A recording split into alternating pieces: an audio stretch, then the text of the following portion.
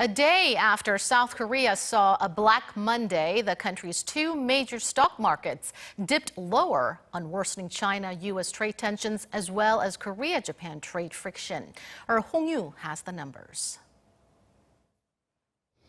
In Tuesday's session, South Korea's benchmark KOSPI closed at 1,917.5, down more than 1.5% from Monday's closing.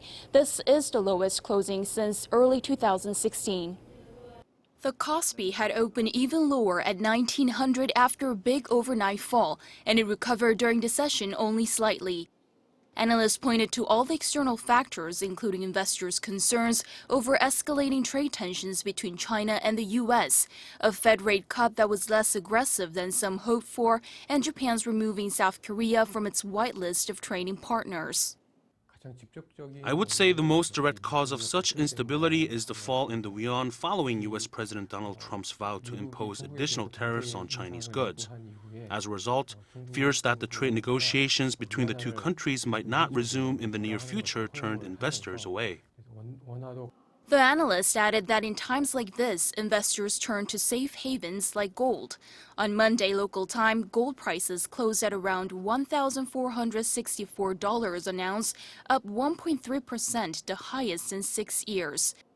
Korea's tech-heavy junior index, the KOSDAK, which yesterday lost almost 7.5%, closed at around 551.5, down another 3.2%. It was the lowest close since the very end of 2014. Another analyst predicts the global stock market will start to stabilize from mid-August.